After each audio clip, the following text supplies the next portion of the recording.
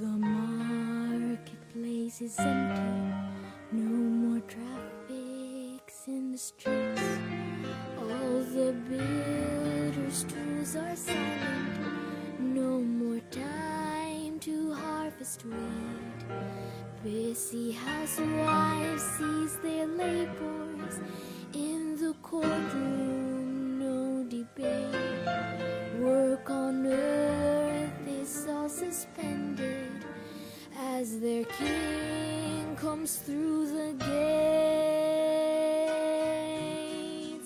The king is coming, the king is coming. I just heard the trumpet sounding, and now his face I see.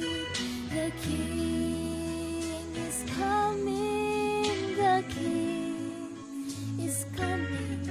Praise God, he is coming for me.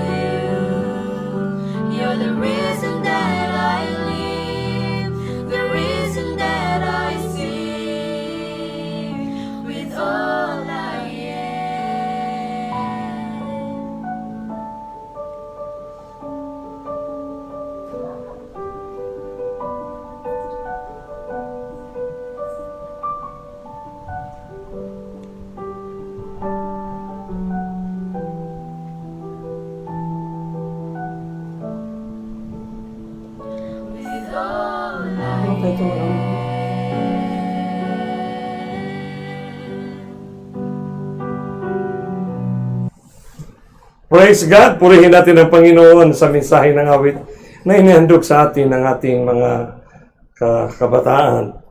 Kumusta kayo mga kaibigan at mga kapatid?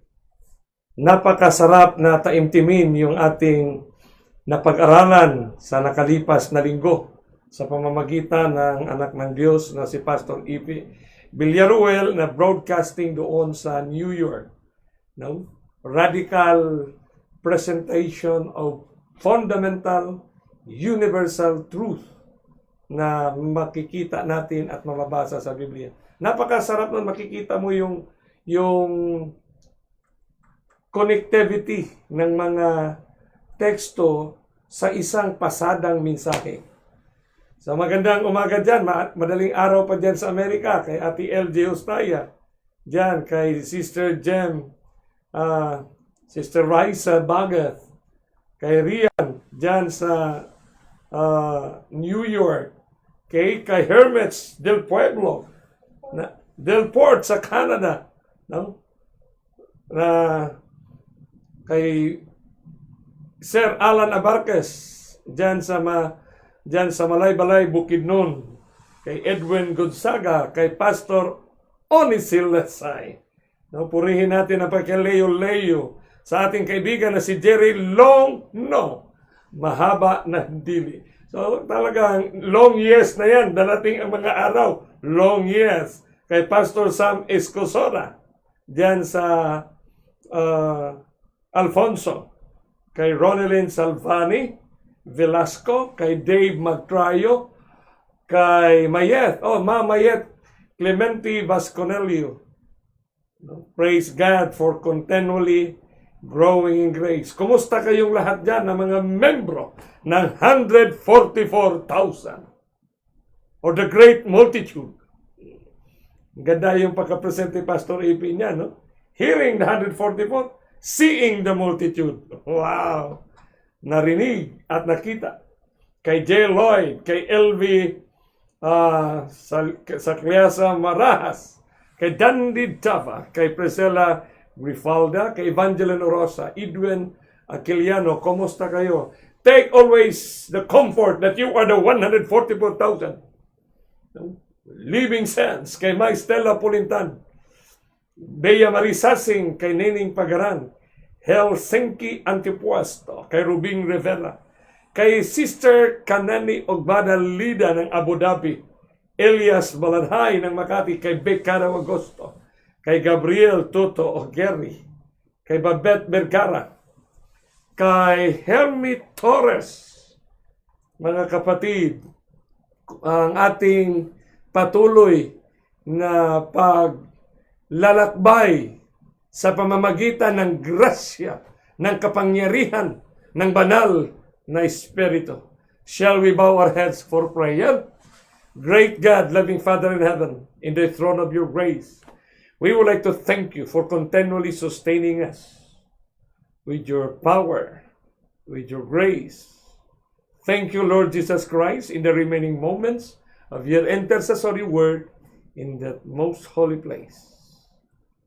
Thank you, Lord Holy Spirit, for providing us the comfort right now, for allowing us to experience and engage the revelation of Jesus Christ. Thank you for blessing us tonight, for taking care of all these lines in the virtual connectivity. Forgive us of our shortcomings. Thank you for the blessings of experiencing the growing in grace in the knowledge of our Savior Jesus Christ. In Christ's name we pray. Amen. Ang title natin ngayon, kapatid, ay Humanity in Conspirituality. Ganda yan, kapatid, ha? Actually, siguro magtanong kayo, mayroon bang word na conspirituality? From the word spirituality, dinugtungan ng con. The word con is a negative yan, no? It's a negative. Con. No? Spirituality. So sa ating generation, may mga language tayo, words, na sa atin lang talaga na-apply, sa atin lang inintroduce, Actually, ang conspirity word was only used in 2011. Ganda. So, itong humanity in conspirituality, grabe ito kapatid. Kasi lahat talaga, lahat ng relihiyon, lahat ng tao ay na-engage nito. And the sad thing, napakarami. Siyempre, yung spirituality ng lahat ng denomination, spirituality ng lahat ng relihiyon, lalo na sa mga may konsepto ng last day events. Talagang gumagana siya, naging fertile ground ito, kapatid. Yung you try to experience now, mayroon kayong mga cable o wirings, yung electrical wirings or wirings in the audio system, kahit nga sa iyong sa iyong headset, headphone, na yung mga wiring, kasi kayo mga wireless na, yung mga wire, no? Tingnan mo yan. Pag ganyan mo lang yan, maya-maya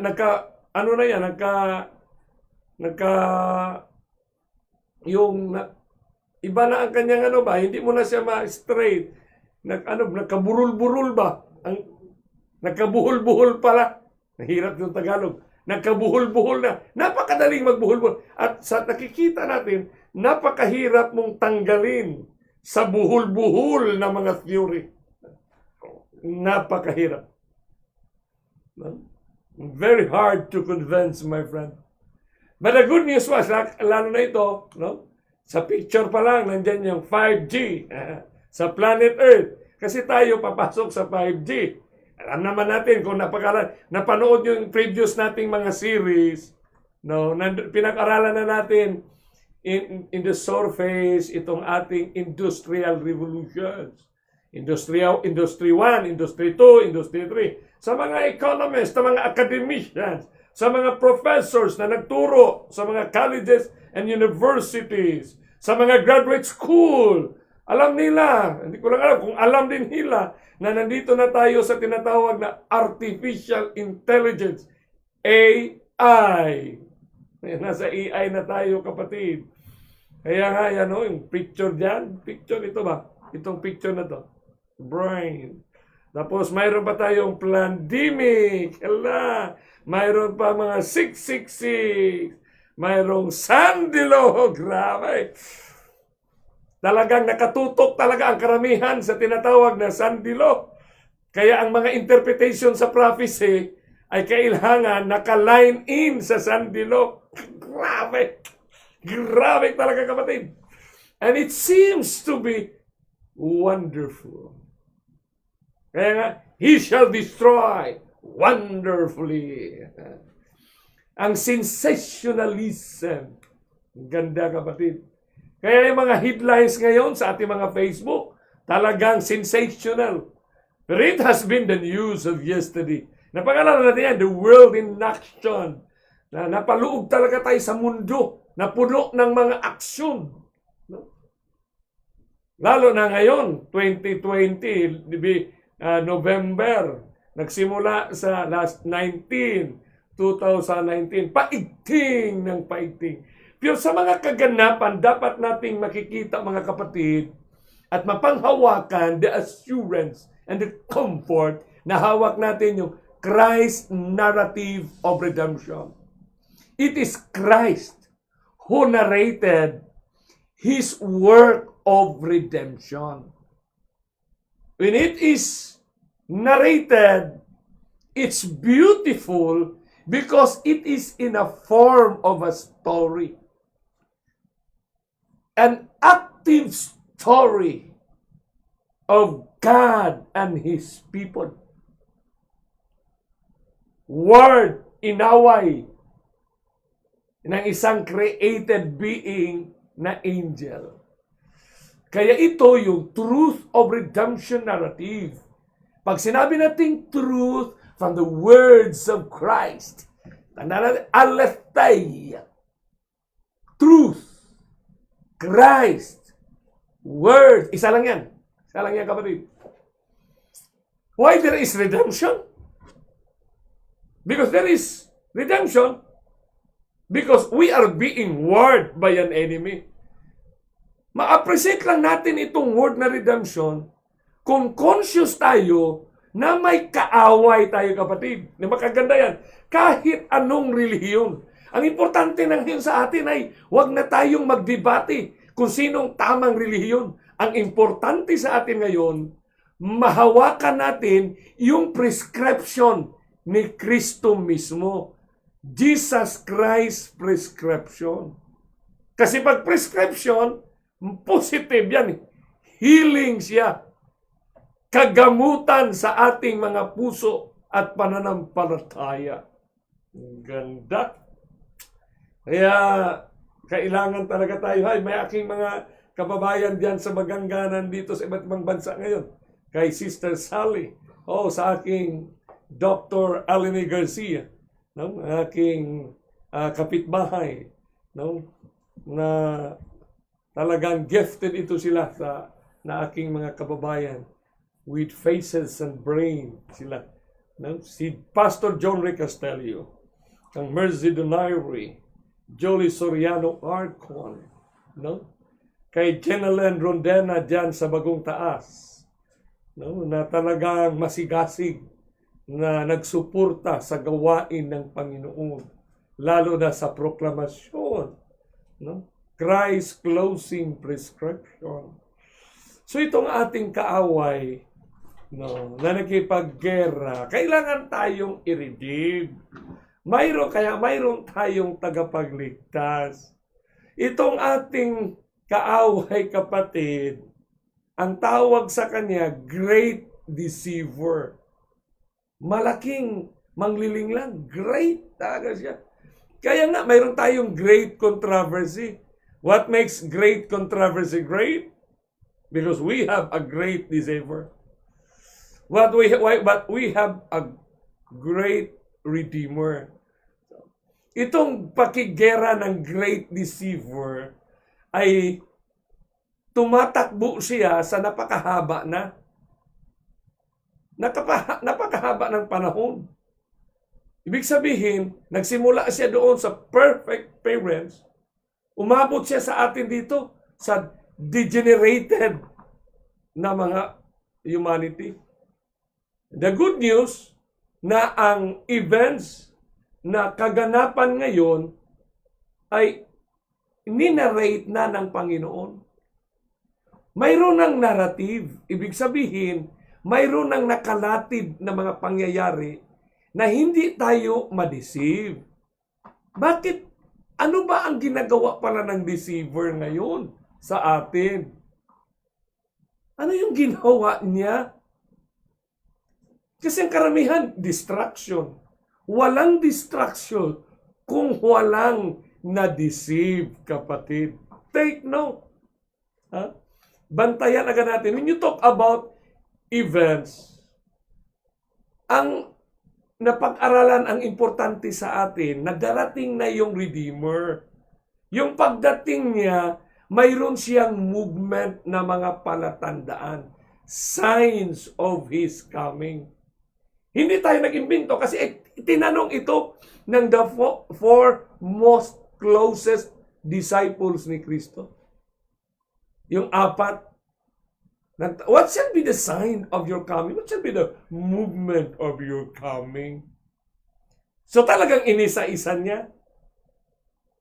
So ngayon, 2020 na tayo, napakatagal na ng nakaganapan. Kung nandito na tayo sa last day events, at kung ang events are navigating circumstances. Magbigay ako ng definition niya, no? Pardon me to give you the definition. Navigating circumstances. When you talk about movement of Christ coming or the events, last day events, lingwahe ito ni Sister White, last day events, ito ay mga kaganapan at tinatawag na navigating circumstances. Ito bang navigating circumstances ng coming Christ? Ongoing events ba ito? Or coming events? Yan ang importante na ma-define. Kasi marami pang nag-iisip na coming pa ang latter rain. Coming pa daw, kapatid, ang siling. Coming pa? Ano ba yung comfort natin dito? Yung comfort lang natin na tayo ay Sabado, ay Sandilo lang. Ano? Kagrabe talaga, kapatid. Nakakaawa talaga ang ating kalagayan. No? So, dito natin maintindihan, maobserbahan, na pag nakakita tayo ng kaganapan sa mundo at kung ang lahat tayo ngayon ay na-engage sa isang global dynamism, global na movement ng pandemic, global crisis of the environment. Ibig sabihin, anong klase ito na mga pangyayari, kapatid? So ito, walang ibang magbigay sa atin ng comfort is the Word of God. Kaya nga kahit anong relihiyon, yung Bible lang na hawak natin. Ano ba yung biblical accounts ng ating panahon? Yun ang importante nating makikita. Sa mga accounting graduates, maganda itong salitang accounts because the details must be balanced. Di ba? Kaya nga, you can only be a good accountant if you can easily balance the balance sheet. Yung sheet ng ng business. So pag titingnan natin ang kaganapan, ano ba ang biblical accounts ng ating panahon? Kung ito ay nakasalalay sa narrative ng redemption, kung ito man ang words of restoration, tumatayo kaya si Kristo ngayon sa ating buhay? Tumatayo kaya si Kristo sa ating mga desisyon? Tumatayo kaya si Kristo sa pangyayari sa ating politika sa Amerika? Nakatayo kaya si Kristo sa pangyayari sa mga international conference? Nakatayo kaya ang salita ni Kristo? Sinabi kaya ng Panginoon na ganito ang mangyari sa Pilipinas, sa Japan, sa Korea? Gandang tanong yun. Kasi how can we claim na living word ito? Yun ang maganda, kapatid eh. Pag sinabing self-evident, that's science. Truth is self-evident. Pag sinabing self-evident, kapatid, truth stands by itself. So hindi siya arguable, hindi na siya debatable. So the good news sa lahat ng relihiyon, the good news, ang series na ating pag-uusapan, lahat ay hindi na debatable. Because the Radical Reconnections will be presenting truth na makikita at tayo lahat ay na-engage. Ang napakasarap nito ay sa Bibliya natin mababasa. Word of Christ mismo. Yun ang napakasarap. So no space to debate. So kayong nagdebate-debate dyan, magpayabang yun. Parang nga sinabi, parang naging abogado tayo ng langit, abogado tayo ng relihiyon. Huwag na tayong ganun. Isandal na natin kay Kristo. Let Christ speaks by itself. Let Christ's truth stands by itself. Amen? So amen kayo dyan, kapatid, ha? Mag-amen din kayo dyan. Talagang habulin nyo, kung makashare kayo dyan, i-share nyo. No? I-share nyo, kapatid. Kasi yung ating biblical accounts of our time ay mabigat ito na reality. Bakit mabigat? Kasi ang kaaway na sinasabing great deceiver, maliban sa nagdi-deceive siya, ang purma niya iba, transform as an angel of light. Yun ang mabigat. Angel of light siya. So ibig sabihin, yung dating niya, yung kilos niya, yung smile niya, yung galaw niya, yung kanyang galaw ng kanyang kamay, movement ng kanyang proyekto, movement ng kanyang programa, ay talagang para sa kaliwanagan. Take note, para sa kaliwanagan. Light. Pag sinabing light, talagang positibo para sa buhay natin yan. Di ba? Kasi we are afraid of the dark. Darkness will not give us comfort. Di ba? Tapos, pero mayroon pa siyang isang sinasabi sa Bible. Sinabi ng Isaiah, si Satanas daw, ang kaaway ni Kristo, sinabi niya, I will be like the Most High. Kung gagayahin niya ang Most High, ibig sabihin, he has also redemption movement. So mayroon siyang redemption movement kasi manggagaya siya. Bakit kaya mag-redemption movement siya? Mayroon siyang saving movement. Ibig sabihin, galaw para sa kapakanan. Galaw para sa ating kabutihan. Take note, angel of light siya. Like the Most High. So kung ganyan siya, paano naman itong sandilo?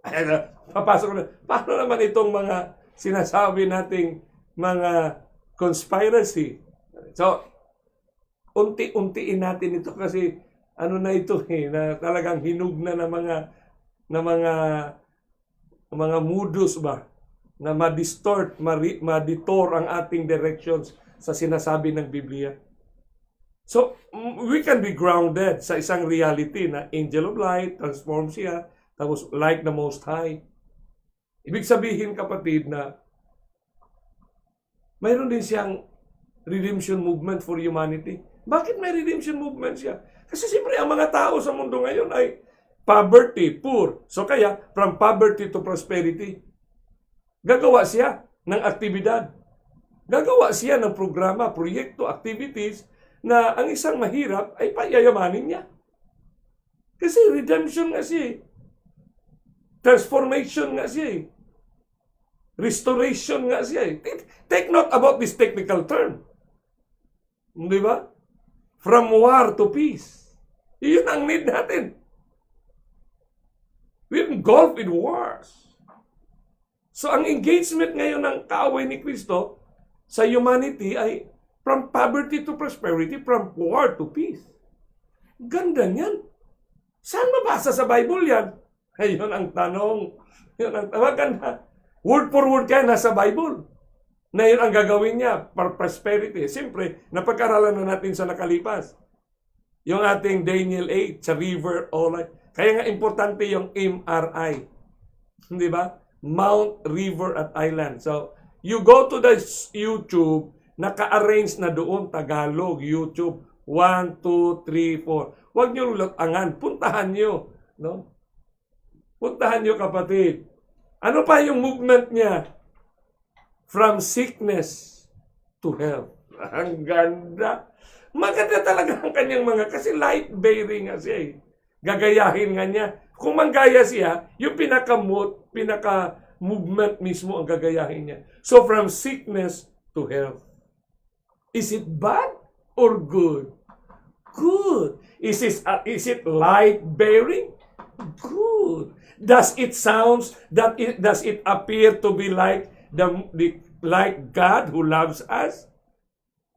Does it appear like God? Because God said in 3 John that you may prosper also in health. Ano pa ang kanyang mga movement? Marami.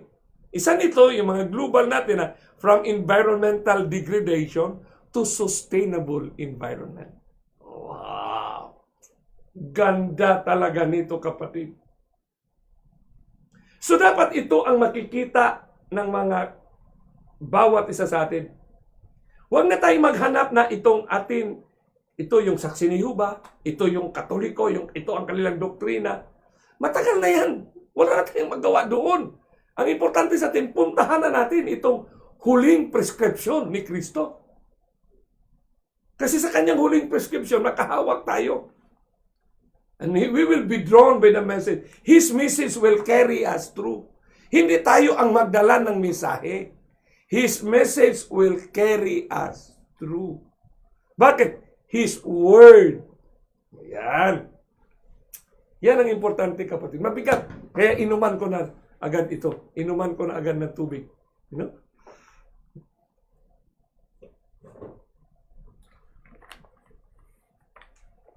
Oh. Talagang last the events kasi ititingnan daw natin kung paano tayo in-engage ng mga writings, ng mga visions, ng dream, ng ating kapatid na si Ellen G. White.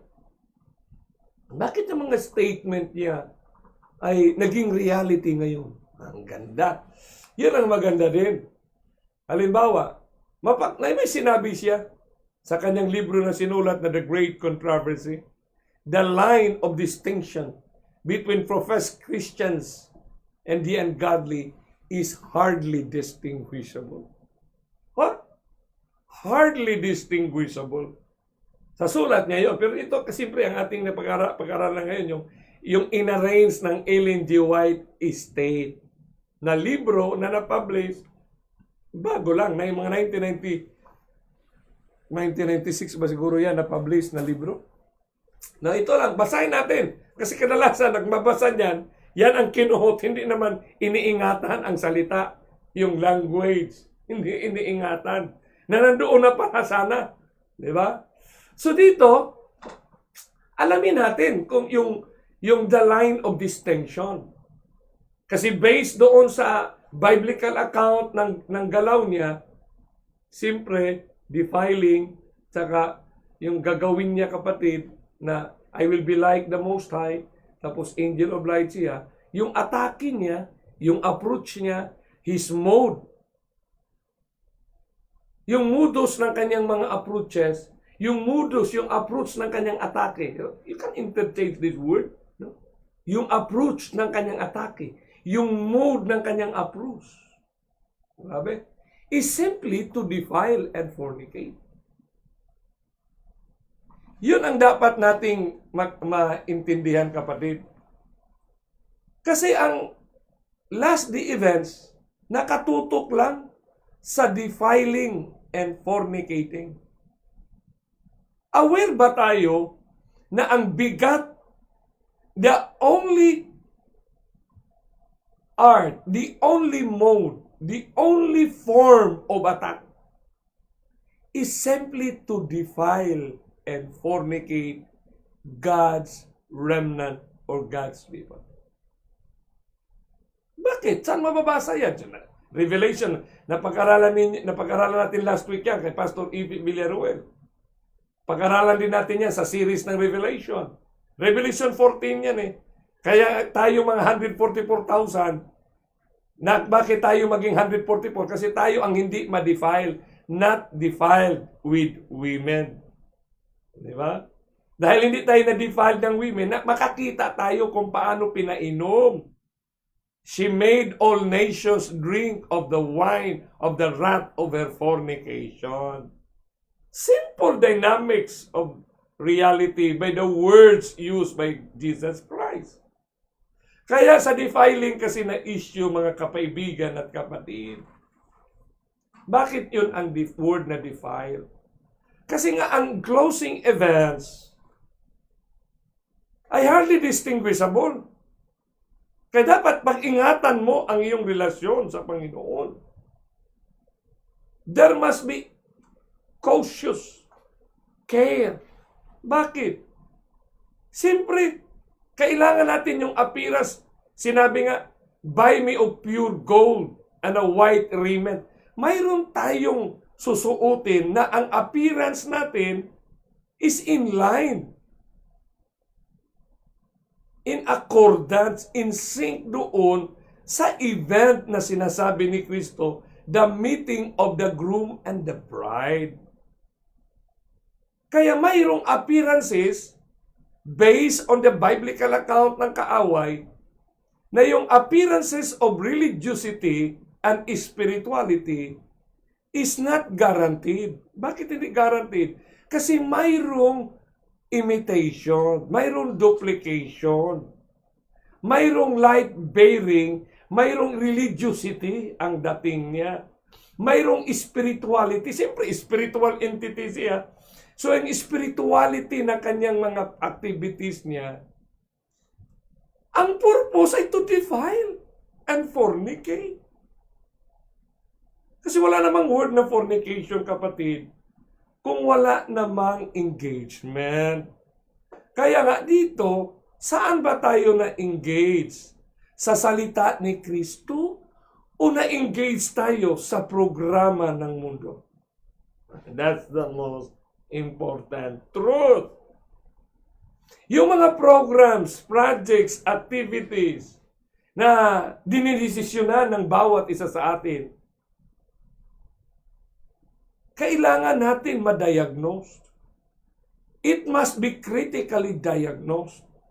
Sino ang makadiagnose nito? Si Kristo din.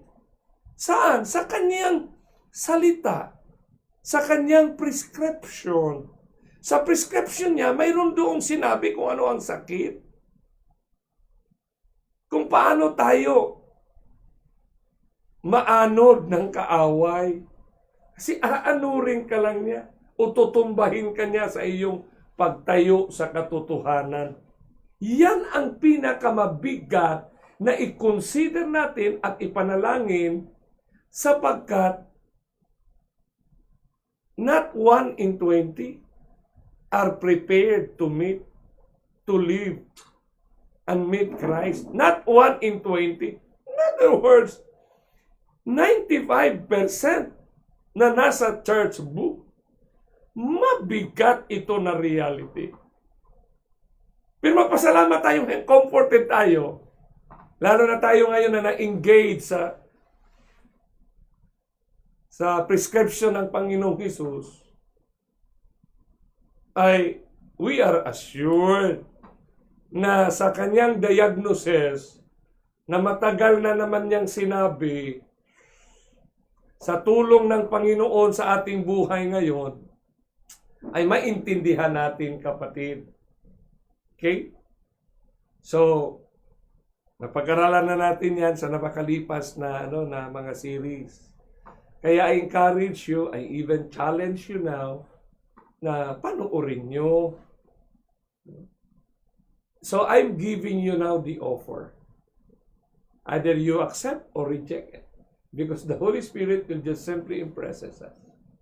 So, praise God na marami sa atin na nasa linya are really going into. Isipin going into, kasi yun ang sealing. Sealing is settling into the truth. Hindi naman tayo nag-uusap dito na hindi na kung ano-ano lang ating pinag-usapan. These are learning process. These are growing in the knowledge. Kasi ang ating pinag-aralan ay tungkol naman sa the science of the world and the science of the Word of God. Ibig sabihin, kung science yan, it requires our understanding. Kaya nga, pinakatutok sa mind, intellectually, settling into the truth, both intellectually and spiritually. So dito sa mga statement ni Ellen G. White, sa manuscript release, 1903 pa ito. Tandaan palagi natin na 1903 pa ito. These are the headlines. The news of yesterday and the headlines today. For example, sinabi niya, God works with those who are faithful to Him. Saan ito? Manuscript release, 14:102. The Lord Jesus will always have a chosen people to serve Him. Mayroon talaga siya. So let it be the comfort of us. Tanong natin, tayo kaya pinili? Of course. Pinili tayo para magserbisyo sa Kanya. Anong i-serve natin? I-proclaim natin ang Kanyang pagdating. Sa anong paraan? Sa pag-share ng Facebook at YouTube. Mag-watch party ka. Bakit? Nasaan ito sa Bibliya? May significant value ba ito sa Bible? Of course. Revelation 14. Flying in the midst of heaven. I saw another angel flying in the midst of heaven. Are the messengers Ano ang pinalipad natin sa hangin? Because, kaya nga ito ay global connections, virtual connections, through the air. Yeah. Flying in the midst of heaven. Kasi diyan sa space, kapatid, nandoon yung mga ating mga signals ba? Signals, mga radio wave. Yeah. Ang ganda. Ang ganda yan, kapatid. So when the Jewish people rejected Christ, the Prince of Life, He took from them the kingdom of God. Kinuha. Kasi nireject nila si Kristo. And give it unto the Gentiles. Kaya pala tayo ngayon sa Pilipinas, wala tayong dugong Hudiyo, pero what a blessed news to us tonight. Binigay pala. Ang Panginoon palang nagbigay. God will continue to work on this principle with every branch of His work. The same principle. Ano yung principle? Yung kanyang pagpili. Pinili tayo. Kaya napakaganda yung presentation ni Pastor Epe. His life, His birth, His life, His death and resurrection. When He died on the cross, He took the penalty of our sin. We die with Him on the cross. Humanity died with Him. Why? Because He took the penalty of our sin. And He rose again. So nabuhay tayo muli. Kaya mayroon tayong eternal life. Pero wala pang immortality. Kasi ito ay engagement ng Panginoon kung magkita tayo face to face. Yung kanta, face to face with my Savior. So panoorin nyo yung series na yon ni Pastor Epi Villarreal ng The Power of God's Grace so we can be radically reconnected. So mag-reconnect tayo ngayon. No? Sinasabi dito, God will continue to work on this principle with every branch of His word. Last ni verse 59, paragraph 1. When a church proves unfaithful, kung hindi tayo tapat, when the church mean one or two or the group of believers, the meaning ng church, proves unfaithful to the word of God, of the Lord, whatever their position may be, kahit anong position, presidente, executive secretary, director, or pastor, or elder, kahit anong position, however high and sacred their calling, pumabalaan yan kasi ordinado yan, kasi pari yan, kasi ministro yan, pastor yan. Ito, however high and sacred their calling, the Lord can no longer work with them. Hindi na talaga maka-work sa Kanya. Bakit? Kasi ang trabaho ng Panginoon, mayroon siyang linya. Wala siya doon sa pedicure at manicure na programa. Wala siya dyan. Wala sa Panginoon na programa na yan. Others are then chosen to bear important responsibilities. 1903 pa ito nasulat. But if this in turn do not purify, there is the purification movement, sanctifying power of His grace. Their lives from every wrong action, if they do not establish pure and holy principles. Pag hindi din natin i-establish ang pure and holy principles, kasi movement of purification, movement na tayo will be undefiled. Kasi defiling ang movement to make us not peculiar, to make us not holy. Yun ang movement ngayon. So i-apply mo itong mga statement in the principle of the great controversy and the battle of principles of life. Pag hindi daw tayo naniyan ng holy in all their borders, then the Lord will grievously afflict and humble them, and unless they repent, will remove them from their place and make them a reproof. Tanggalin ka talaga sa lugar na inihanda ng Panginoon. Kaya magandang pagkasulat ito ni Sister White. Kaya ang pamagat pa na, ang sunod na page niyan, last the verse 65, paragraph 2, 1896. tayo are molded by the Holy Spirit. The Holy Spirit. Hindi molded by a Holy Spirit. The Holy Spirit yan, kapatid. Capital letter nga pagkasulat niya ni Sister White. Never will the human heart know happiness until it is submitted to be molded by the Spirit of God. Spirit of God. Ay, Spirit of God. Si Father yan. Si Jesus yan. Kapatid, by the Spirit of God. Bakit? Ilang taon na ba? Panahon ilang Jawa, si Kristo ang nagsabi na matagal na, I will send you a comforter. It's the Holy Spirit. Kasi sa ating generation, movement of the Holy Spirit tayo, kapatid. Kaya yung divinity niya, yung God, Elohim, na sinabi niya sa Genesis, all through to the narrative of salvation, active ang Elohim, Yahuwah Elohim, Yahushua, kasi Jesus, Yahushua. Ang Holy Spirit, Yahweh. Diba? Son of God, si Jesus Christ. Spirit of God, Holy Spirit.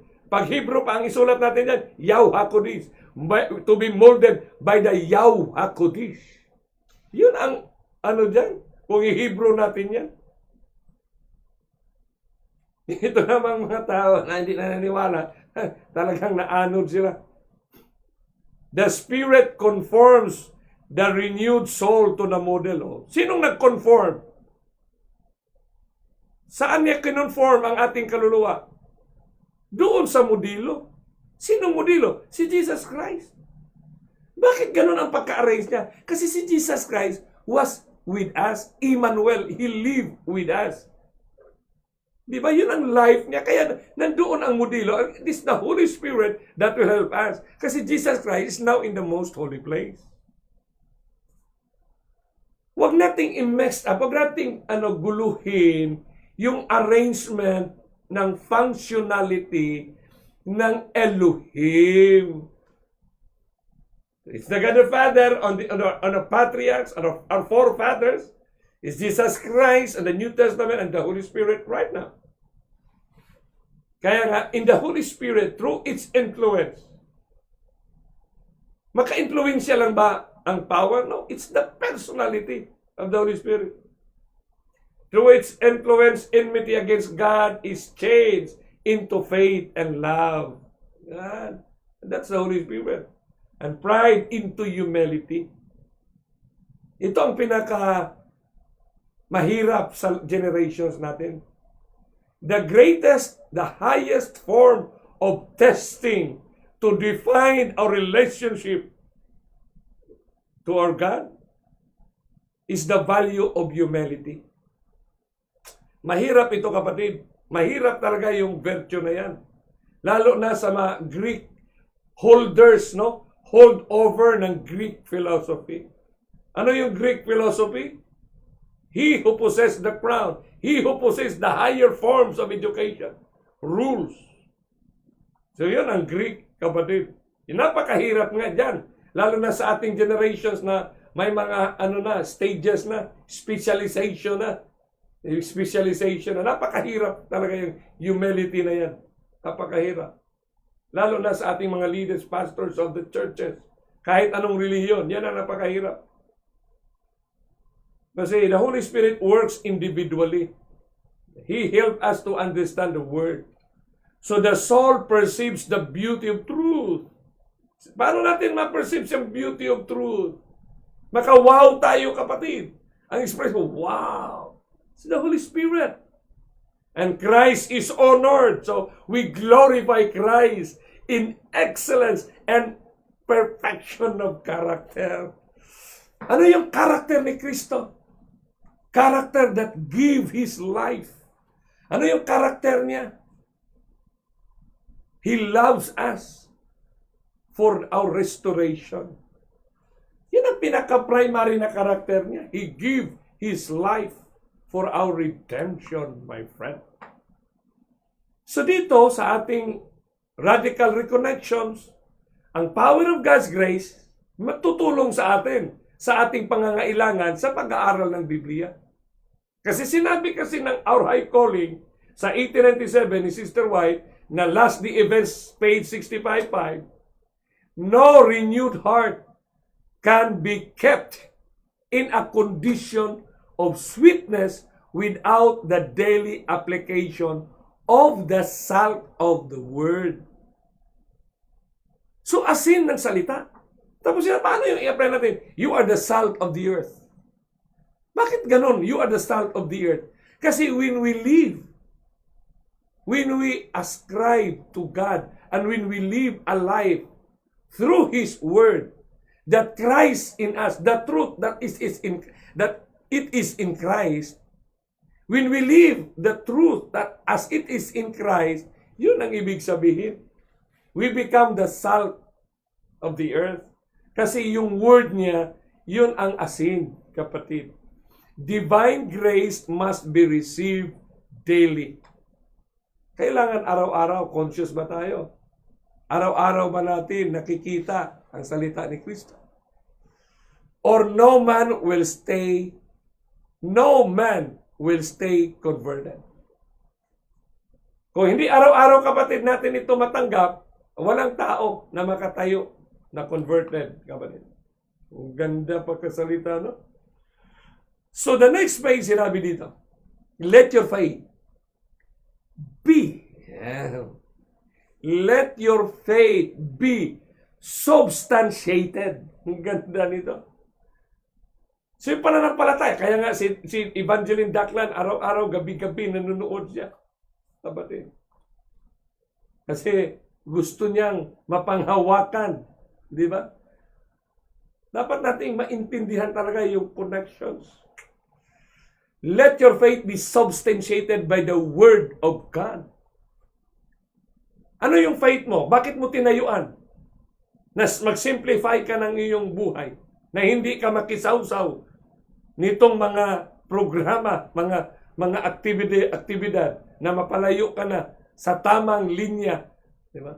Sa kanta pa, hindi ka na makakanta doon sa chorus nila. Kasi alam mo na ang kanta ay chorus natin yon. Pero wala na tayo sa chorus, nandoon na tayo sa last stanza. Si Kristo nag-beat niyan. Nakanta pa rin ng first stanza. Grabe, kapatid. Grasp firmly the living testimony of truth. Kailangan natin mapanghawakan. Ano ba yung truth noong 1905 na sinasabi ng Bibliya? Ano ba yung truth sa 2020? November 22. 22 ba tayo ngayon? Ha? November 23. Ano ba yung truth ngayon na gumagalaw sa mundo? Ano ba itong mundo na gumagalaw ayon sa salita ni Kristo? That's a good question. Di ba? Paano tayo in-engage ng Biblia? Paano ang Biblia nagsasabi sa mga dynamics ng planet Earth? Kaya nga, grasp, intindihin mo, hawakan mo ng matibay yung buhay na testimonya ng katotohanan. Living testimony of truth. In other words, living testimony of Jesus Christ. Living testimony of aletheia. Pag living testimony, ang tawag niyan, present reality. Ang tawag niyan, present truth. Ito namang iba, pag present truth daw, vegetarian, present truth. Ano taga? Present truth. Part na yan, dynamics na yan ng movement. Ginagay. Di ba, tingnan mo yung ating previous episode. Lahat ng relihiyon ngayon ay ganda ng mga vegetarian lifestyle program na ngayon. Kasi meron ng gayahan eh. Have faith in Christ as a personal Savior. Kung personal mo siyang tagapagligtas, paano ni Kristo sinasabi? Paano na tinestestify? Kaya nga, living testimony. Paano na tinestify na ito ang mangyari ng election sa Amerika? Ito ang mga prinsipyo na mangyari na labanan. Maganda yung mga tanong na yan eh. Kasi paano mo ma-engage ang reality ng sinasabi ni Kristo? He has been and ever will be a rock of ages. Ang ganda, kapatid, no? Tapos sinasabi dito, Christians should be preparing for what is soon to break upon the world as an overwhelming surprise. Break upon the world. Anong overwhelming surprise, kapatid? Christians should be preparing for what is soon to break upon the world as an overwhelming surprise. And this preparation, they should make by diligently studying the Word of God and striving to conform their life to its precepts. So, paano ka mag-conform kung hindi mo nababasa at naintindihan na connect ka sa prescription ni Kristo para sa ating buhay ngayon? Ano yung precepts niya? Para nakalinya tayo, nakakonform tayo sa living testimony niya. Yan ang importante nating makikita, kapatid. Kasi tayo nga ngayon, na-engage tayo. Grabe, no? Whole world. Parang ngayon, kagagaling namin lang. Sipin mo lahat, nakamas pa rin. Ibig sabihin, kung nakakita, kung mga anghel ngayon sa langit, sa ibang planeta, sabi, na grabe, hindi pa rin na naintindihan. Ang sama na ng hangin ang kanilang hinihinga dyan. The Earth's atmosphere is filled with viruses. What does it mean for us? Yan. Ano ang koneksyon niya sa plan of redemption?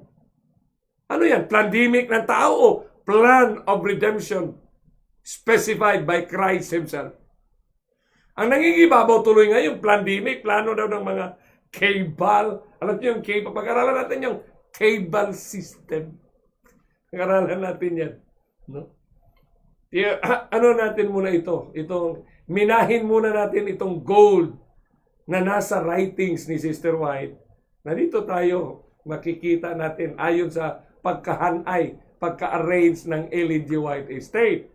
Pero mas maganda kung puntahan nyo yung original source. Halimbawa, Great Controversy, 593. So wala pang 593, mayroong page 400, page 300, page 5, mayroong mga pages yan. So dito na tayo sa page 93, page 593, dito sa last day events ng libro, page 66. Kasi siyempre, kinote lang nila yan. None but those who have fortified the mind. Grabe, no? None but those who have fortified the mind with the truths of the Bible will stand through the last great conflict. Wala daw, none. Maliban na lang doon sa nagpalakas, fortified, nagpatibay sa kanilang mga isip, mind, sa kanilang mga frontal lobe, sa kanilang utak. Ano yun? Yung mga katotohanan na nasa Bibliya, truths of the Bible, will stand through the last great conflict. So Bible pa rin, Bible and Bible alone. Kaya sinabi ni Ellen G. White, ito iba naman, pag nakakitang, pag nagamit tayo ng Ellen G.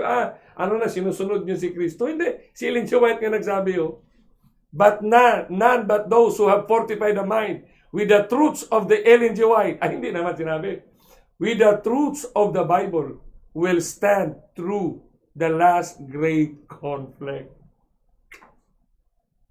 So ano ang sinasabi ng Biblia tungkol dito sa last great conflict? Di ba? Yan ang tanong. You connect what has been said. Ang importante dito, kapatid. Only those. Sinabi.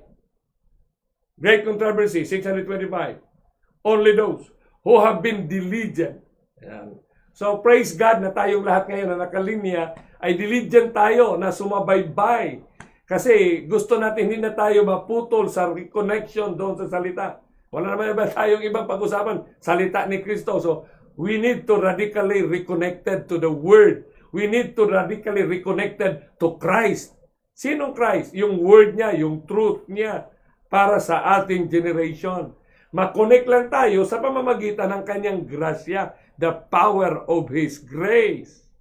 Kapatid, only those who have been diligent students of the Scriptures and who have received the love of the truth. Natanggap natin yung pag-ibig natin sa katotohanan. The love of the truth. The love of Jesus Christ will be shielded from the powerful delusions that takes the world captive. Napakalinaw nito. Will be shielded from the sandilo. Hindi naman sinabing sandilo. Powerful delusions that takes the world captive. Sa tingin nyo kaya, madilyud pa ba tayo sa 24 hours? Ng Monday, Tuesday, Wednesday? Hindi tayo madilyud. Because human by nature, we can identify time. The separation time. The sunset and the sunset. The sunrise and the sunset. Pero ano yung delusions na takes the world captive? Ano yung captive sila? Kasi na-defile at na-fornicate. Ano yung pinainom?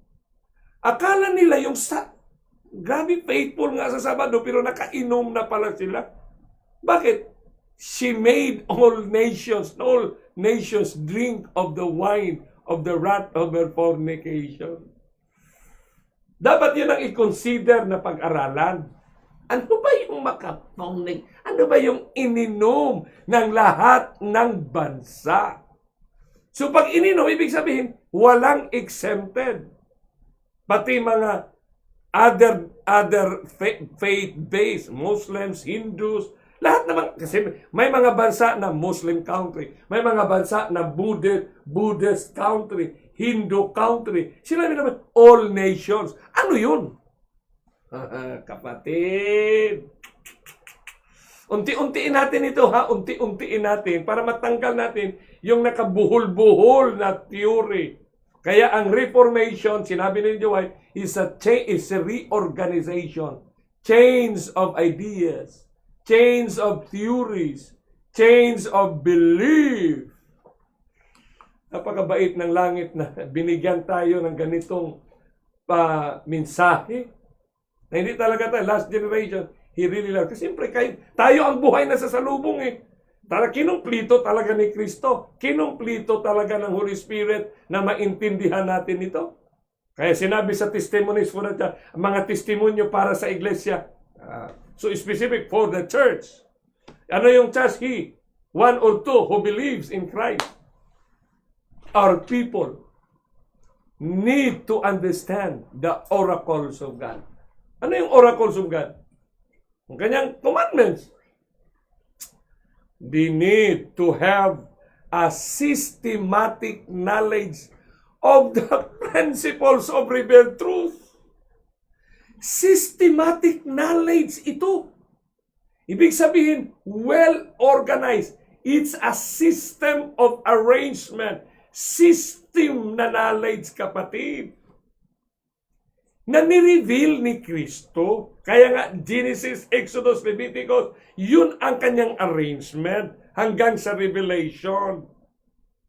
In-arrange niyang 1 to 7 para hindi tayo mawala sa frame of time. Kasi 1 to 7. Binigyan tayo niya from MRI, mountain, river, at island. Kasi yung MRI, pagpuntahan natin ang science ng healing sa atin. Kasi healing, involved kasi ang healing. Kasi Laodicea, may sakit tayong blindness. Yung healing sa ating generation, sa humanity, mayroon tayong instrument na tinatawag na testing ng tinatawag na MRI. Magnetic Resonance Imaging. Grandan yan. Magnet. We will be drawn to the mountain. River, the powerful sounds of the movement. Kasi resonance. Strong sounds na ma-determine. Yan. Imaging island. It's all about the image of the coming Christ and the coming movement. Image of the great controversy. Ganda, kapatid. Kaya pasalamat ako kay Pastor Epi, MRI. They need to have a systematic knowledge of the principles of revealed truth. Pag sinabing systematic knowledge, naka-arrange yan, kapatid. Basahin mo sa dictionary yung systematic. Well-arranged. With the principle, kasi system. Pag system, you cannot just pick up. May pick up dito na hindi maano yung tamang natutunan. Which will fit them for what is coming upon the earth. Ibig sabihin, yung systematics na yan, na principles of revealed truth, which will fit them. Sumufit tayo na mag-proclaim, ma-fit in tayo doon sa truth. Sa arrangement ng knowledge, kapatid. Sa mga kaganapan, what is coming upon the earth. And prevent them from being carried, para hindi tayo madala. Being carried about by every wind of doctrine. Every wind of doctrine. Ano ba yung doktrina na makapaanod sa atin? Akala ng iba, Sunday lang at Sabat. Ang Sunday, Sabat, ang Sabat, kapatid, that's the fourth of the 10 commandments. Grabe. So makikita natin, napakahalagang testimony ito. 1885 pa ito, kapatid. Bakit 1885 pa ito? Isipin mo, na-identify na, binigay na kang sister wife. Kailan ba yung prosperity movement? Kailan ba nagsimula yung mga scam na yan? 1870 pa. Grabe. Makikita mo yung connections ba ng buhay natin na hindi tayo madala ng mga scams, financial. Imbis tayo ay to unload, padami ng mabigat ng ayaw mo talagang umangat sa hangin. Ang atin dapat umangat tayo. O angat tayo, kapatid. Bilis ng oras, no? Bilis. Grabe. Naubusan ako ng tubig, no? Manghingi ako ng tubig. Ito. Kasi inom ako talaga nito, kapatid. By every wind of doctrine. Ano ba? Sinasabi ni Sister White. No? Yung wind of every wind, ha? Bawat hangin. So napag-aralan natin yan doon sa previous. Puntahan nyo na, kapatid. Huwag na kayong mag-aksaya ng panahon. Puntahan nyo na agad, kapatid. I know the Holy Spirit is bothering you. And the enemy will hinder you to open it. Magsa-struggle talaga, kapatid. But when an iota of interest has impresses you to view to the YouTube, do it before it's too late. No? Para mabuo. Some of you might be, ang ganda. Gandang to. Ngayon ko lang na rin. Buuhin nyo na. Puntahan nyo na ang YouTube para mabuo nyo na. Baka mayroon parang hindi totoo doon sa YouTube. Kapatid, buuhin. So, ano pa na dito, kapatid? Anong oras na natin, no? 7:30. Tayo nagsimula. Build a wall of scriptures around you. And you will see that the world cannot break it down. So, scriptures lang talaga. Si Lindy White nagsabi talaga sa Bibliya lang. Ito naman mag-atyo sa atin na Lindy White ang iyong sinusunod. 8:30 tayo? Okay. Commit the scriptures to memory. So, the functions of the mind. Commit to the memory. Kasi dito sa atin the only way for us. Kasi ang deception dito mag-function sa ating frontal lobe. Kung hindi mo maalaala, so makalimutan mo, so matanggap mo yung kanilang mga sinasabi. And then throw right back upon Satan when he comes with his temptations. Hindi na ako madali niyan. Bakit? Madali nating sabihin, it is written. Sino nagsabi niyan? Anong sinabi ni Sister White? This is the way that our Lord meet the temptations of Satan. This is the way. Sabi niya, I am the way, the truth, and the life. Ano yung way ni Kristo para labanan ang temptations? Sinabi lang niya, it is written. Ibig sabihin, ang Bible, kapatid, ay isang kompleto na siya, kapatid. It's a complete narrative. All, even the movement of the enemy. Hindi makompleto yung revelation. Kasi yung revelation ni Kristo, ni-reveal niya kung paano tayo inatake. Kaya it's just smooth and academic na i-identify natin yung approach ng atake ng kaaway. Pero hindi tayo bibitaw na sa grasya ng kanyang The power of His grace, na we will glorify God. Thank you, Lord, for giving us this knowledge. Yan ang dynamics of our faith, kapatid. Kaya ang sunod dito, last the events, na page, kapatid, ito, by chapter ito, may mga quotations lang ako na hindi na masyadong ilang few quotations lang, hindi ko na kinuha. Para na lang tayo, kapatid, na not so interrelated naman siya sa iba na ginagamit natin. Halimbawa dito, sa the same page 65 na ito, 66 o 67 sa last day events, continuation ito, mayroon sinasabi, Revelation 14, an anchor to God's people. Meron si Medyo White. Nagsulat siya ng tungkol sa Revelation. Sinabi niya, okay? Sinabi niya dito, kapatid. Tingnan ko, ha? Tingnan ko. Ayan. Revelation.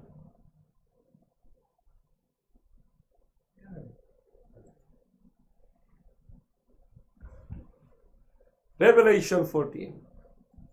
Very popular yan ito sa ating panahon. Revelation 14. An anchor to God's people. Anchor ba? Yung anchor sa barko? Anchor natin. Yun ang ating Salamatan natin si Alan Hakumilya, ang aking kaibigan sa MBC na nakaline niya ngayon. Do not just pass by. Hold on, Brother Alan. You are a very good friend. Kay Delia Rosero. God, Radi Madridondo. Kay Matt Jim far away. Kay nang commit pala, condolence, na si Engineer Tito ay just passed away, nasa Davao. Kay Dong Comita, kay Faith Adarlo, watching right now. Kung ito ang anchor ng God's people, may sinabi sa manuscript release. 1896 ito nasulat. Sanabi niya sa manuscript niya. Manuscript nasulat niya. In these last days, it is our duty to ascertain the full meaning of the first, second, and the third angel's messages. All our transactions should be in accordance with the Word of God. Ano yung transaction? Ang bigat na word yan. The first, second, and third angels' messages are all united. Isa lang. And are revealed in the 14th chapter of Revelation from the 6th verse to the close. Specific yun. Siyempre, chapter 14, 144,000 yun. Ganda nga nito, kapatid, ha? Ganda itong connection talaga. Itong 144,000 na didiscuss ni Pastor Epi last week. Di ba? Mayroon chapter 7 at chapter 14. Sa chapter 7 doon, diniscuss doon yung sinasabing silyuhan ang servants. Konektado sa Mount of Olive kasi parable of the servants. Pagdating sa 14, virgins, these are they which were not defiled with women because they are virgins. Revelation, Mount of Olive din yan. Ganda talaga yung Mountain River Island. MRI. Na tayo ngayon na nakalinya, espesyal tayo na tinawagan ng langit from the Philippines, i-share nyo sa buong mundo. Ganda yan. Mayroon tayong topic niyan. Nasa Bible ba yan? Na from the east to the world, to the west? Mababasa yan. Kaya sinasabi dito tungkol sa Revelation 14. Ano ba yung Revelation first angel, second angel? Ang ganda nito, kapatid. Panoorin nyo. Mayroon tayong series niyan. Yung ating series ng Revelation. Kung hindi pa na-publish sa YouTube, nasa Facebook. Ang ating Revelation series, kapatid, ay chapter 1 to 22. Walang iba tayong libro. Walang ibang book sa Bible na pinag-aralan. Revelation lang, kapatid. Although mayroon tayong shades doon sa river at sa mount, kaya parehas lang sila ng words na ginagamit. pero solidly revelation. So doon natin maintindihan ano ba yung first, second, and third angel's message. Dapat importante na maintindihan kasi kaya nga, nagkagulo na. Wala na daw. Wala nang nagreklamo. Bakit wala na yan sa logo? Eh kung wala na sa logo, ano parang importante niyan? Na bakit wala na yan sa logo? Naintindihan ba natin din kung ano ang first angel? Ano yung first angel? Ay, yun ang tungkol sa Sabat yan. Tungkol sa Sabat lang ba yun? Dahil kinunikta natin dahil who made heaven and earth. So, kung it's about creation, then go to 7 kasi Sabado. Grabe na maghaom-haom naman ang istorya, hoy. At ito sa tinuod ng mensahe ng first angel. So, and I saw another angel flying in the midst of heaven, having the everlasting gospel. Oh. Una sa lahat, sinabi ng nakita, sinabi ni Jan, having the, ano yung kanyang hawak na everlasting gospel? Tapos sinabi, fear God and give glory to Him. Sinabi agad. Kailan pa nagsimula yung fear God and give glory to Him? Bakit natin himayaon, purihin siya? Bakit? Kasi sinabi, for the hour of His judgment is come. Napaka-importante yung hour kasi it talks about time. For the hour of His. Ano yung His? Meron. Yung oras ng kanyang, ano yung kanya? His. Ano yung His judgment. Ano yung judgment niya? Ano yun? Ang oras na yung judgment niya. Siyempre, judge siya. Ano yung judgment niya? I-proclaim tayo. I-proclaim tayo, kapatid. Bakit? Is come. So, dumating na pala sa atin. For the hour of His judgment is come. Eh, lahat naman tayo, 1844 pa, nagsimula na yung judgment. Pero hindi na, ano ba yung judgment ng first angel? Pag dumating siya sa atin, kapatid, galing sa langit, pag galing sa langit yan, na dumating para sa atin, mayroon talaga siyang intensyon. Yung intensyon, ano ang purpose niyan? Na dumating is come. Bakit siya is come? Is come. Present participle. Para hindi tayo ma-scam. S-C-A-M. Dumating ang judgment niya para hindi tayo ma-scam. Bakit? Kasi mayroon tayong blindness. Spiritual blindness, hindi makakita ng katotohanan. Physical blindness, we cannot identify the mode of the attack. Hindi natin ma-identify. Kaya, for the hour of His judgment, judgment is a healing message. Dumating siya. Dumating siya kasi mayroon tayong sakit. Gamutin niya tayo. Pag nagamot niya tayo ang ating blindness, makita natin kung paano pinainom ang lahat ng bansa para hindi ikaw ang madala, para hindi ka madala. You cannot be carried by the winds of the binasa natin kanina.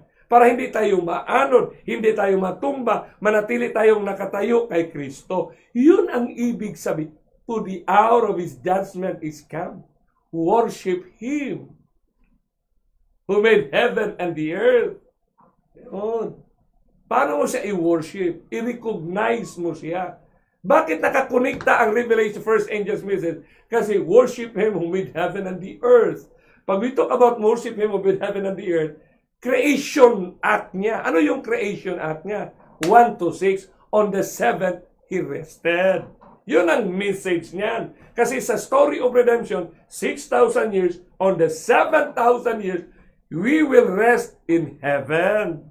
Yun ang millennium na doktrina na dapat nating i-review. Kasi yun ang bottleneck ng last prescription. Ulitin nyo ito ha, pag panood nyo ito, ulitin nyo ito kasi bawat binibigkas natin ng mga truth nito, kapatid. So yun ang yun ang intensyon ng first. Kaya nga sinabi niya, all united. Kasi isa lang ang effect niyan. All united are revealed in the 14. The first, the second, the third angels are all united. Isa lang ang epekto niyan. Magamot tayo, makakita tayo, at makasigaw ng warning. Kaya nga ang third angel nagsimula sa if.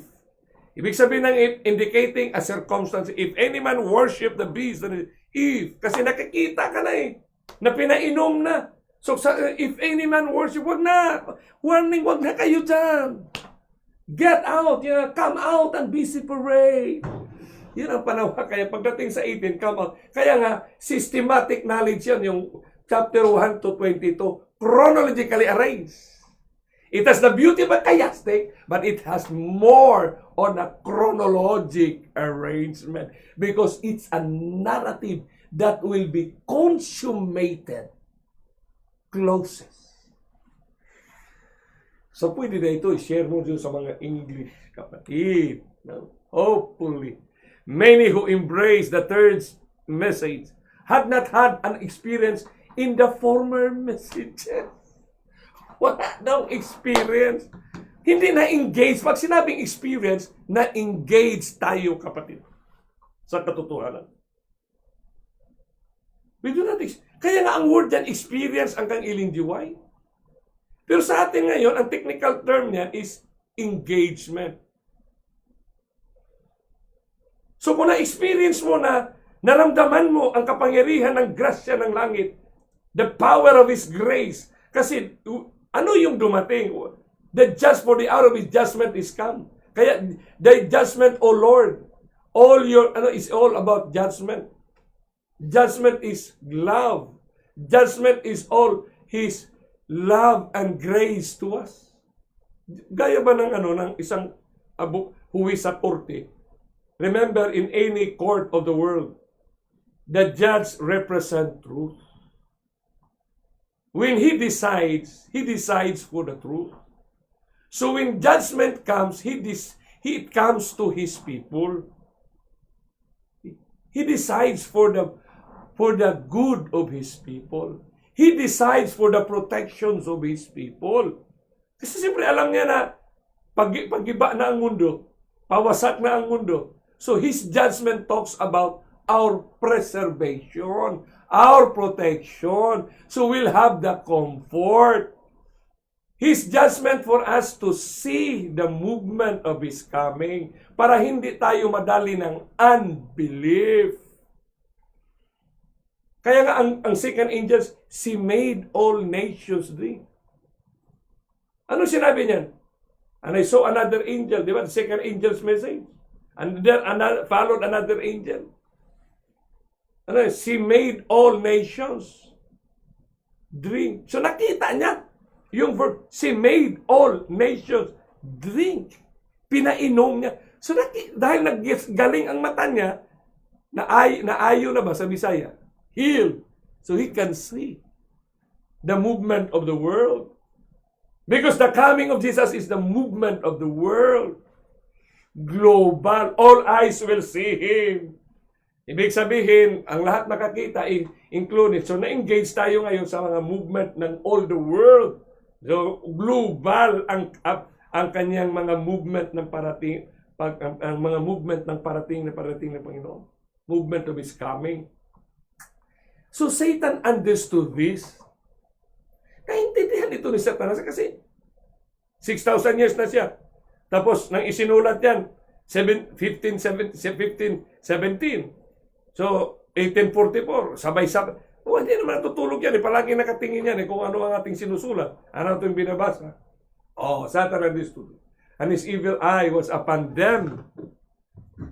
Kanyang mata ay nakatutok sa atin. To overthrow them para i-overthrow tayo na nakaintindi. But the third angel was pointing them to the most holy place.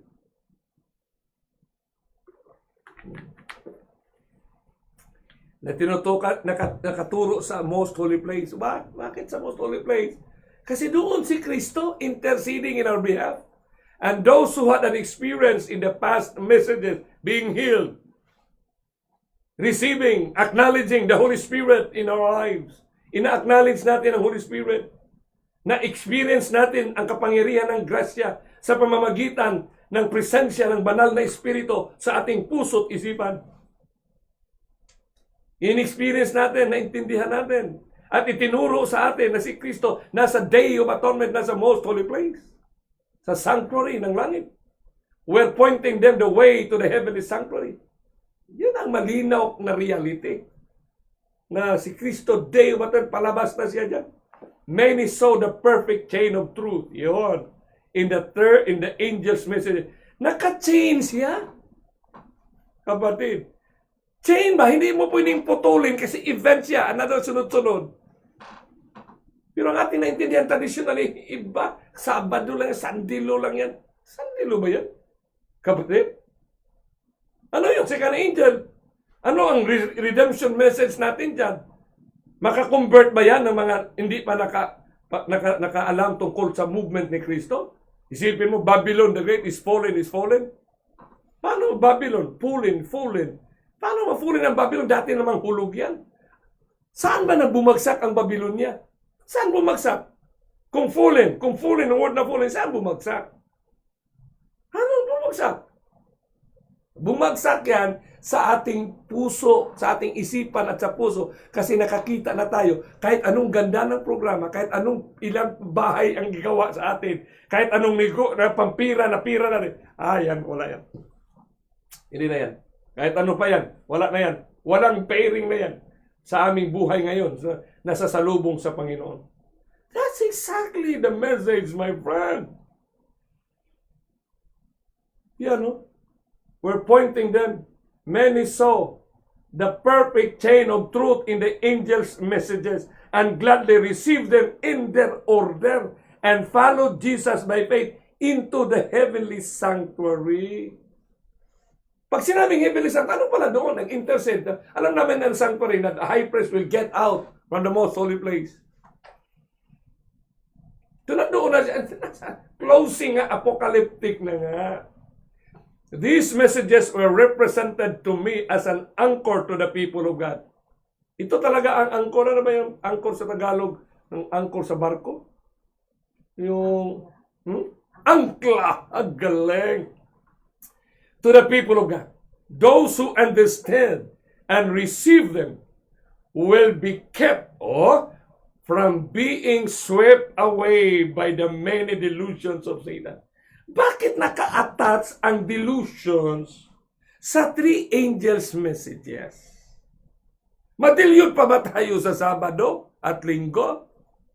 My friend, pag-aralan natin kung ano yung mga delusions na pinainom ang lahat ng mga bansa.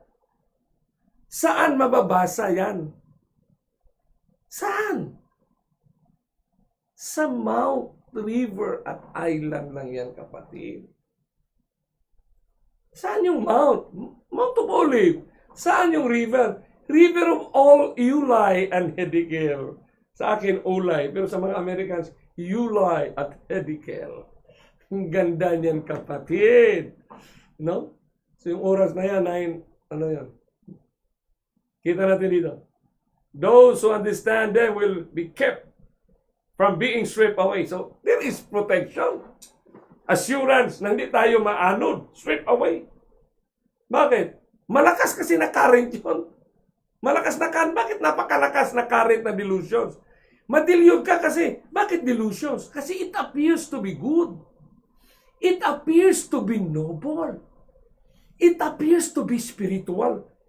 It formed our spirituality. Kaya tawag yan, spiritual formation. It's a delusive teachings of the enemy of Christ. Mga stations, mga journey to the cross. These are delusionary protocols. Na instead, we hold on to the power of His grace. We are being molded by the structures and the forms of the activities. Kaya having the form of godliness, but denying the power. Why you deny the power? Because you should not supposed to format the prayer. Hindi mo kailangan i-format ang prayer mo kasi may tinuro na si Kristo kung paano tayo manalangin. Ngayon, i-formatid mo. Parang i-format mo ang para magkaroon tayo ng spiritual maturity. Dapat acts lang ang ating gawing prayer. Kapatid! Tapos magkaroon tayo ng 40 days, 40 nights, 40. Wow! Wala namang problema kung magkaroon tayo ng activities na 40 days and 40 nights. Pero dapat nating maintindihan, ano ba yung kahulugan ng 40 days ni Kristo na nanatili sa planet Earth? Wala namang nakarecord na prophecy na He will stay for 40 days on planet Earth after His resurrection. But what was really the message of Christ? Why He spent 40 days? You read it in the writings of Ellen G. White. Why? You read Luke 19? And after after Christ discusses of their unbelief, after telling them of their unbelief of the prophecy, sa prophecy na hindi nila pinaniwalaan, that Christ, truth, His life, His birth, His life, His death, and resurrection. Unbelief lang yun. Kaya nga, 40 days nag-spend siya. Nasa hawak nyo na, hindi pa kayo naniniwala. Sa ating ngayon, hawak nyo na, ibinigay na ang Mount, River, at Island. Ganun lang siya kasimple, kapatid. No? So kayo na mismo, basahin nyo ang Bible. Huwag na kayo mag-rely kahit kanino man. Basahin nyo. No? Huwag kayo mag-rely kay Brother Sulyano, Hanip at Sulyano.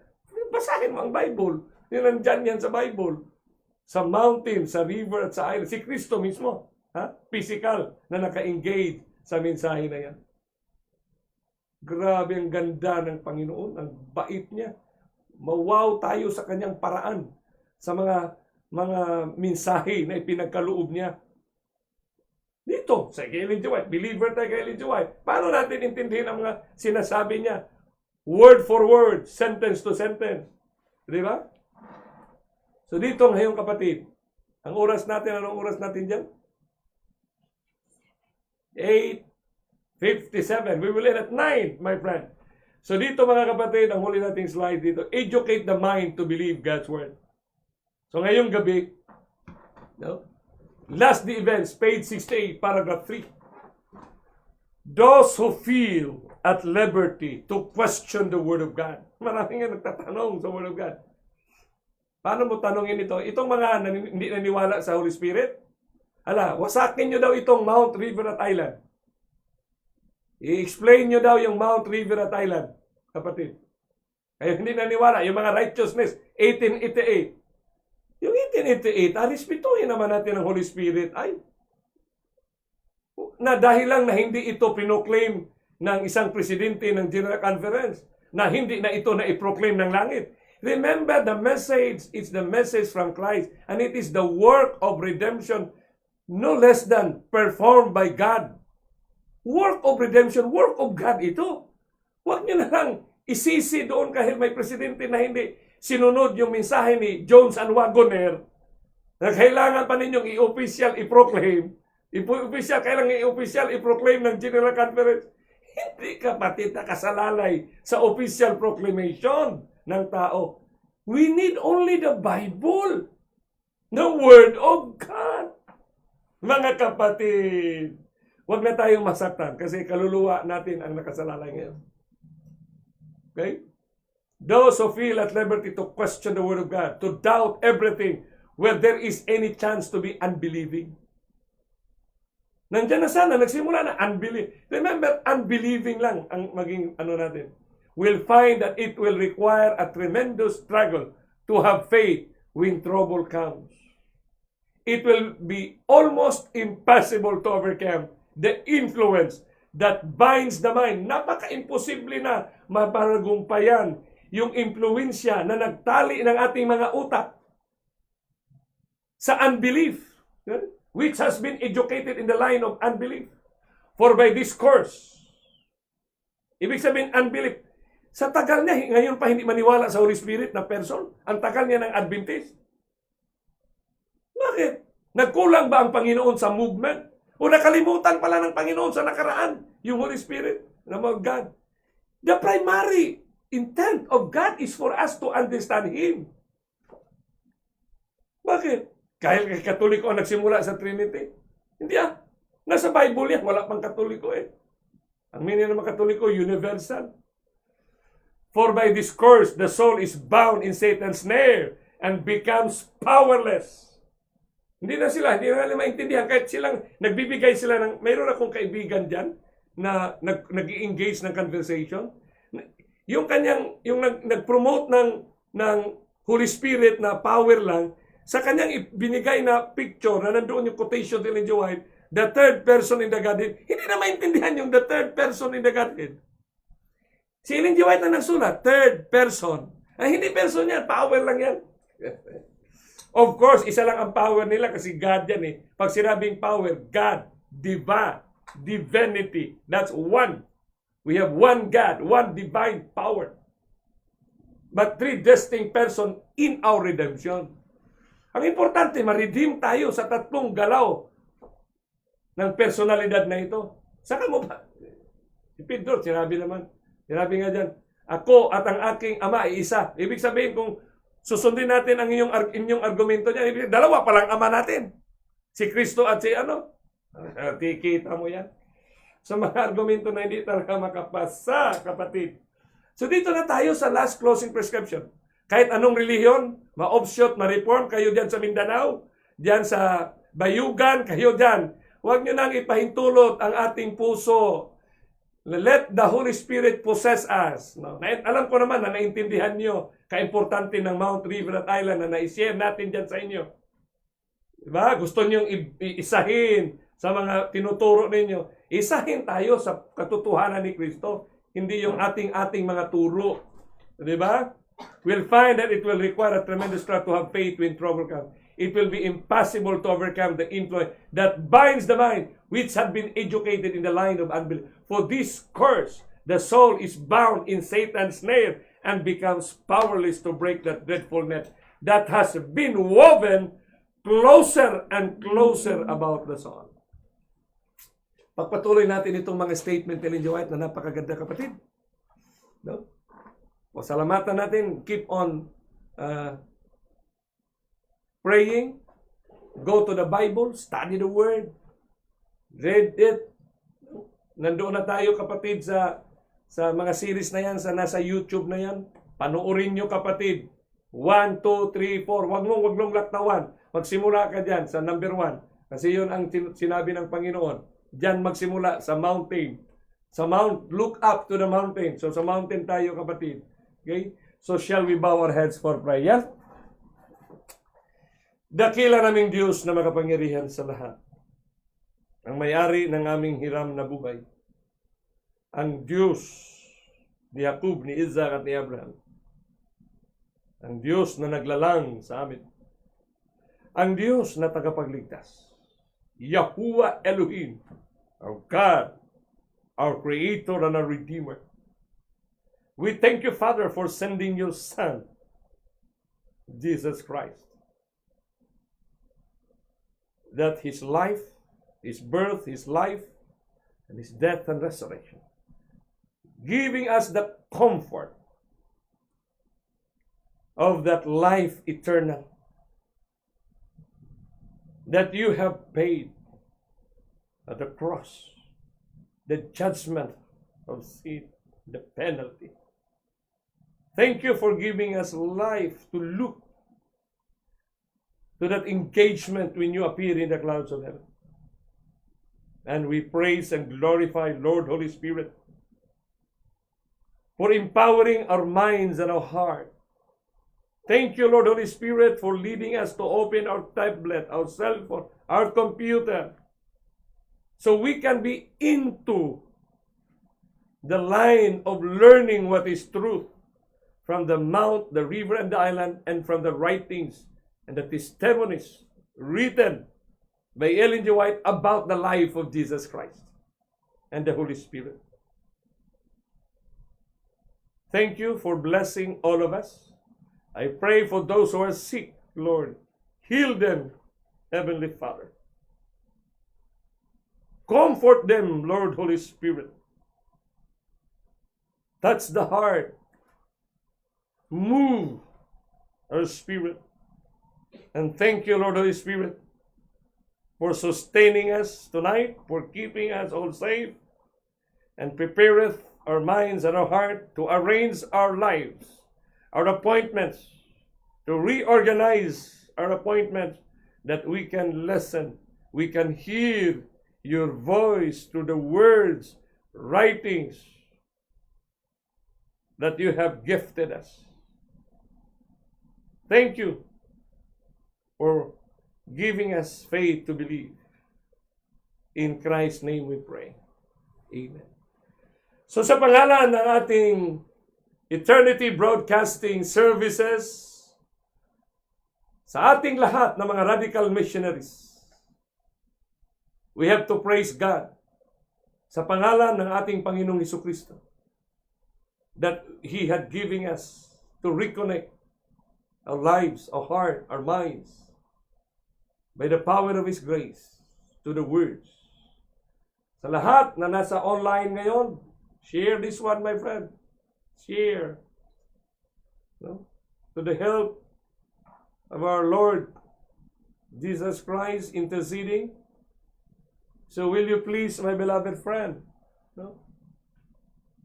You intercede also by sharing. Bring these souls to the Word of Christ. Pray them that the power of His grace will reconnect all our friends, our loved ones. This is our time. To all 70 Adventists, from the leaders to the members to the elders of the church, it's time for us to glorify the Lord by His prescription for us, the closing generation. See you tomorrow evening at the same time, 7:30, and continue. Congratulations for sharing the words of Jesus Christ. God bless us all.